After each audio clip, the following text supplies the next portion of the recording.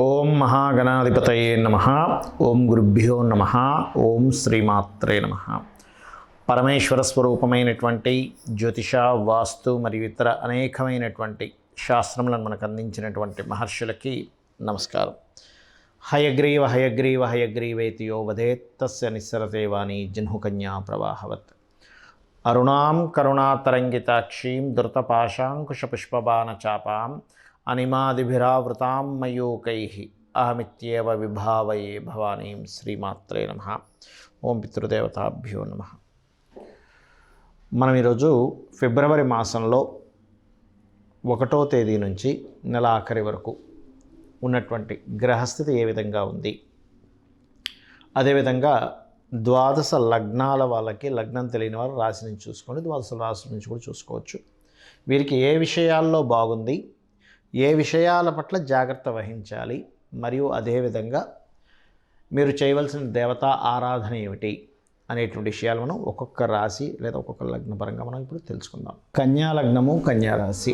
కన్యావారి గణ చూసుకున్నట్లయితే రాశిలో ఎప్పుడైతే కేతువు యొక్క సంచారం జరుగుతుందో ఆధ్యాత్మికతకి, ఆధ్యాత్మికమైనటువంటి అంశాలకి మరియు వైరాగ్యానికి, జ్ఞానానికి, ఈ స్పిరిచువల్ రిలేటెడ్ వాటన్నిటికీ కూడా కారకుడు కాబట్టి ఆ యొక్క ఎనర్జీస్ అనేవి పెరుగుతూ ఉంటాయి. కాకపోతే ఏంటంటే కొంచెం ఆటంకాలు కలుగుతూ ఉంటాయి. అదేవిధంగా కొద్దిగా ఫైనాన్షియల్ రిలేటెడ్ సంబంధించిన విషయంలో ఏదైనా ఒక ప్రాపర్టీకి మనీ ఇచ్చేటువంటి అంశాల్లో కొంత జాగ్రత్తగా ఉండండి ఫస్ట్ వీక్. అదేవిధంగా కొంత సంతానం విషయంలోని, ఫ్రెండ్స్తోని, ప్రేమ వ్యవహారాలకు సంబంధించిన విషయంలో కూడా కొద్దిగా స్ట్రెస్ చూపిస్తుంది. కాబట్టి ఆ యొక్క అంశాల పట్ల కాస్త జాగ్రత్తగా ఉండడము. మరియు అదేవిధంగా గమనించుకున్నట్లయితే ఇక్కడ వివాహ సంబంధించినటువంటి నిర్ణయాలు కావచ్చు, వివాహ సంబంధించినటువంటి విషయాలు కావచ్చు, కాస్త మీకు విదేశీ సంబంధాలు కుదిరేటువంటి ఆస్కారం అధికంగా కనిపిస్తుంది. కాకపోతే పంచమ స్థానంలో ఎప్పుడైతే ఈ 6వ తేదీ నుంచి పంచమంలోకి కుజుడు మారుతున్నాడో, అది ఉచ్చస్థితి అయినప్పటికీ కూడా 3వ అధిపతి 5లో ఉండడం అనేటువంటిది కొంతవరకు ఈ ఫ్రెండ్షిప్స్ కానివ్వండి, రాజకీయ సంబంధించినటువంటి విషయాల్లో కొంతవరకు స్ట్రెస్ పెరగడం కానివ్వండి, ఇటువంటివన్నీ కూడా గోచారంలో ఉండేటువంటి కుజస్థితి అనేటువంటి చూపిస్తుంది. ఎందుకంటే ఇక్కడ ఈ 14వ తేదీ వరకు, అంటే 6 నుంచి 14వ తేదీ వరకు కన్యారాశి వారికి ప్రధానంగా ఈ 2 గ్రహాలు, 2 పాపగ్రహాలు మనకి పంచమ స్థానంలో, ఎప్పుడైతే రాజ్యస్థానంలో, సంతాన స్థానంలో, ఆలోచన స్థానంలో, ఫ్రెండ్షిప్ స్థానంలో, ప్రేమ వ్యవహార స్థానాల్లో ఉన్నందుకు ఈ అంశాల మీద కాస్త స్ట్రెస్ అనేటువంటిది అధికంగా ఉంటూ ఉంటుంది. మరియు ఈ అంశము పంచమ స్థానం అనేటువంటిది ఏదైతే ఉందో ఇది పర్టికులర్గా షేర్ మార్కెట్ రిలేటెడ్ సంబంధించిన వీటిని కూడా చూపిస్తుంది. కాబట్టి ఈ షేర్ మార్కెట్ రిలేటెడ్ సంబంధించిన వాటిల్లో ఇన్వెస్ట్మెంట్ చేసేటువంటి వారు కూడా కాస్త తొందరపాటు నిర్ణయాలు, అగ్రెసివ్నెస్కి గురవ్వకుండా కాస్త చూసుకోవాలి. అలాగే విదేశీ సంబంధాలు కుదురుతాయి. విదేశీ సంబంధించినట్టు ఏవైతే ఉంటాయో అవి కాస్త అంటే ఆ పార్ట్నర్స్ కానీ ఇటువంటివన్నీ కూడా యోగిస్తాయి. మరియు దీంతోపాటు పర్టికులర్గా గమనించుకున్నట్లయితే ఉద్యోగ సంబంధించిన విషయంలో మార్పులు, చేర్పులు కూడా సూచిస్తున్నాయి. కాకపోతే ముఖ్యంగా 1-2 తేదీలు ముఖ్యంగా వ్యాపార నిర్ణయాలు, వ్యాపారాల్లో ఏదో ఎక్కువ లాభం వస్తుందని చేసే ఇన్వెస్ట్మెంట్స్ విషయంలో కాస్త జాగ్రత్తగా ఉండండి. ఇక మీరు చేయవలసినటువంటి దేవతా ఆరాధన ఏమిటి? ముఖ్యంగా హోమాలకు ఎక్కువ అటెండ్ అవ్వండి. పంచమ స్థానంలో 2 అగ్నితత్వ గ్రహాలు ఉన్నందుకు, మరియు ఈ యొక్క ఫిబ్రవరి 6వ తేదీ నుంచి పర్టికులర్గా ఈ 14వ తేదీ వరకు ఉన్నటువంటి ఈ సమయంలో ప్రత్యేకంగా నిర్ణయం తీసుకునేటప్పుడు ఒక్కొక్కసారి చూడండి అగ్రెసివ్లో కొన్ని నిర్ణయాలు తీసేసుకుంటాం సడన్గా. అది సంతానం విషయంలో కావచ్చు, ప్రేమ వ్యవహారాలకు సంబంధించిన విషయంలో కావచ్చు, రాజకీయ సంబంధించిన విషయాల్లో కావచ్చు. ఈ యొక్క విషయాల్లో కాస్త జాగ్రత్తగా ఉండండి. ఇక మీరు మీ యొక్క ఉద్యోగ సంబంధించిన విషయంలో ఇంప్రూవ్మెంట్స్ చాలా బాగా జరగాలి అంటే నిత్యము గణపతిని అర్చిస్తూ, మీకు దగ్గరలో ఆంజనేయ స్వామి ఆలయం కానీ ఎనీ శక్తి ఆలయం ఉన్నట్లయితే అక్కడ మనకి చూడండి ఆలయాల్లో రావి చెట్టు అది ఉంటుంది. కొన్ని ఆలయాల్లో రావి చెట్టు, వేప చెట్టు కలిసి కూడా ఉంటాయి. అటువంటి ప్రదేశానికి వెళ్ళి అక్కడ ఆ చెట్ల కిందని మనకి చుట్టూ సర్ప ప్రతిష్ఠ చేసిన ఉంటాయి, నాగ ప్రతిష్ఠ అంటారు. అలా ఉన్నటువంటి ఆలయంలో అక్కడికి వెళ్ళి చక్కగా నీటిలో ఒక చెంబులో, గ్లాసులో నీళ్ళు తీసుకుని అందులో కొన్ని పసుపు, కుంకుమ, గంధము చిటికెడిగా వేసి కలిపి ఆ యొక్క నీటితో అభిషేకం చేసి ప్రదక్షిణం చేయండి. ఇలా పంచమ స్థానంలో ఈ గ్రహాలు ఉన్నప్పుడు రావి చెట్టుకు ప్రదక్షిణం చేయడం అనేటువంటిది మనకు ఉండేటువంటి ఏవైతే ఎనర్జీస్ ఉంటాయో, సహజంగా ఒక్కోసారి ఏమవుతుంటుందంటే పంచమంలో ఇలా ఉన్నప్పుడు ఈ ఇష్టపడిన వారితోనే కొంత ఘర్షణ వాతావరణం వస్తూ ఉంటుంది. ఆ ఘర్షణ వాతావరణం అనేటువంటిది పూర్తిగా తొలగిపోవడం జరుగుతుంది. ఇప్పటి వరకు మనం తెలుసుకున్నటువంటి గోచార ఫలితాలు ఏవైతే ఉన్నాయో వీటికంటే కూడా అతి ముఖ్యంగా మీరు తెలుసుకోవాల్సినటువంటిది మీ పర్సనల్ చార్ట్. పర్సనల్గా మీ యొక్క జన్మజాతక చక్రంలో ఏదైతే గ్రహస్థితి ఉందో అది మీకు మెయిన్గా రూల్ చేస్తుంది.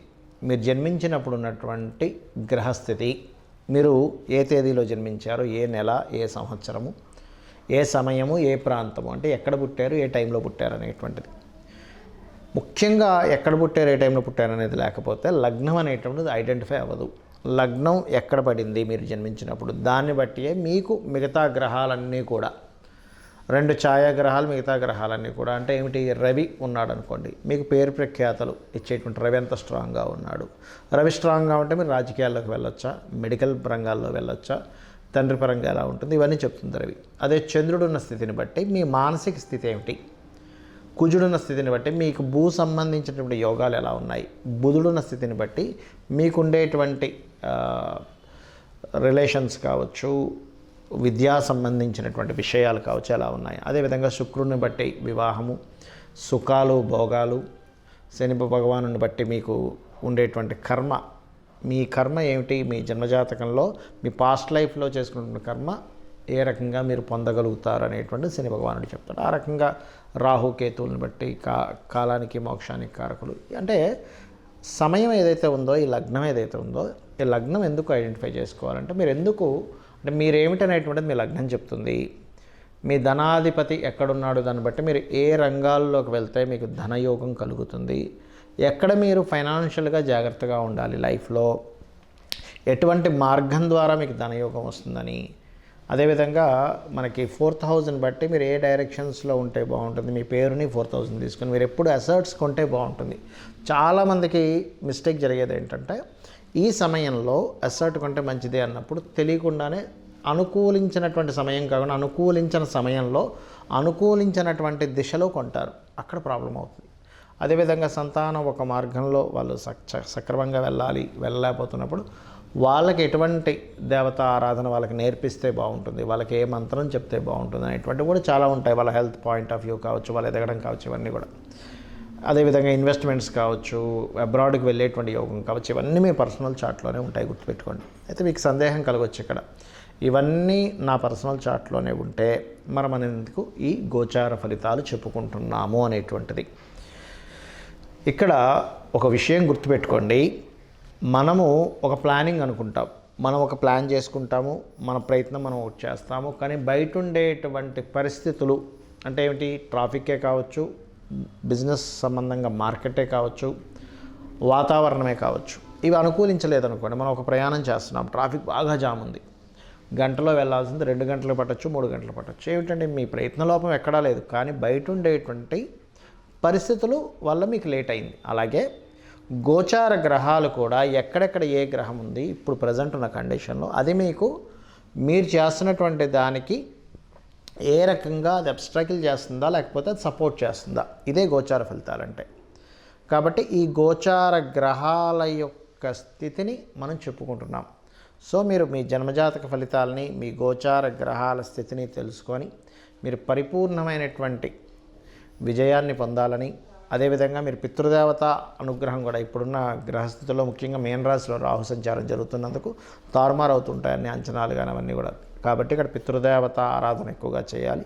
చేసినట్లయితే మీకు ఖచ్చితంగా పరిపూర్ణ విజయం అనేటువంటిది ఆ పితృదేవతల అనుగ్రహం ద్వారా మీకు లభిస్తుంది. శ్రీమాత్రే నమః.